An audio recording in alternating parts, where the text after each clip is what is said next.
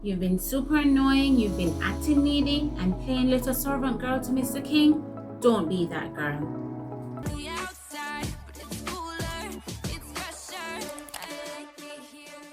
Hey guys, it's your girl Anna. Welcome back to my channel. If it's your first time here, thanks for tuning in. Here we talk about stuff concerning dating, love and relationships, lifestyle, stuff like that. So go ahead and hit the subscribe button. You will not be disappointed. Today I'm going to share with you 5 things that you might be doing that can cause you to be labeled as that girl. The first sign that you're being that girl is when you're always on call for him. When you're dating someone and you're always available, always ready and accessible, always willing to do whatever it is that person needs you to do, that's you being on call for that person. And this can be a case where he's not even doing that much, but you're reciprocating more than you receive. And once you start doing that, you'll find that the person will begin to use you because he knows he'll never get a no out of you. Whatever it is, you're just there to please. So you become that person who is always on call. So if you don't set boundaries and know how to say no to someone like this, you'll just be used. And this person will also tell their friends how accessible you are. It's like, okay, you're just that girl really to him. So he doesn't have to do much and he won't really show any signs of true commitment to you when you're always on call for him because you have no boundaries. So he'll just exploit that behavior in you and continue to use you for as long as you will allow it. So always being on call is the first sign that you're being that girl. If you're always making excuses for him, no matter how he treats you, that's you being that girl. And that can only make matters worse between you because once he realizes that no matter what he does, you will always find a way to sweep it under the rug or put a positive spin on it, he will just continue to take that for granted. So always making excuses is a big one because your friends and family might see the red flags that you ignore and it becomes really annoying because you will find yourself complaining a lot about his behavior to other people, but then at the same time you're also making excuses for that behavior. There's no punishment on your end. Once he realizes you're someone who will always make an excuse for his behavior, he will test those boundaries to see how much he can get away with. So always making excuses makes you that girl. And of course, you'll find that things are very easy going with him in the dating scene because he realizes that he can just relax. It doesn't matter. You will always find a way to just be okay with whatever it is. So you basically have very low standards and he will just take that advantage of that fact.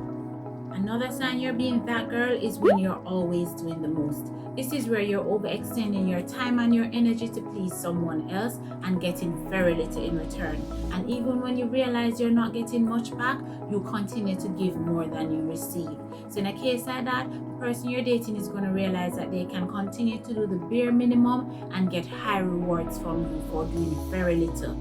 So if you continue in a state like that, over time you become frustrated because you will find yourself always giving, always making arrangements. You're the planner, doing everything concerning the relationship. You're the one tying up all the loose ends all the time, and your partner just sits by the wayside and watch you do it all. So that's you doing the most. So you're basically being that girl, the go-to girl, the one who has everything under control, under wraps. And no one wants that. A relationship is a partnership where both persons need to invest equally into the situation. So when you find yourself doing the most, that's you being that girl.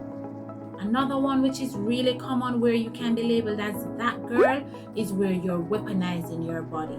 This is where you're using sex or other aspects of your body to manipulate someone else. And the joke is really on you because you will be used by someone you're dating if they find out that you're always leading with your physical. So when dating someone, you're being that girl where everything you use sex, where you want to get your way or you want things to go down a certain path. So you use sex as your way of just getting the other person to agree with whatever it is that you're doing or what you want. So once you begin to weaponize your body like that, you're also diminishing your value in that person's eye in terms of wanting to go further into a relationship with you because you're cheapening the whole aspect of it. If you continue to lead with the physical, over time you'll find that the relationship starts to drift apart because the man will begin to find things being very shallow. And in looking for a lifelong partner, there needs to be some depth. So while you're dating, if you continue to lead with the physical, you'll find that a lot of these men just over time get tired of your body literally and move on to someone else. And last but not least is you're always acting needy. Yes, this is very common, but women continue to do it and continue to suffer as a result. Remember, if you're dating someone and you're always acting needy, it can be a real turn off, and the person might not decide to move on further into a relationship with you. You don't want to be labeled as a needy girl, and neediness is attached to insecurity. So if a man finds that you're so insecure, it becomes burdensome in the relationship. If you recognize any of these behaviors in yourself, try and find a way to stop doing them, because this type of behavior does not translate into a long-term relationship with someone you're dating. Okay, so go ahead and hit the subscribe button if you haven't done so already. Be sure to hit like and drop a comment below. Let me hear what your views are, and before you go, check out another video. So thanks for tuning in, and I'll see you next time.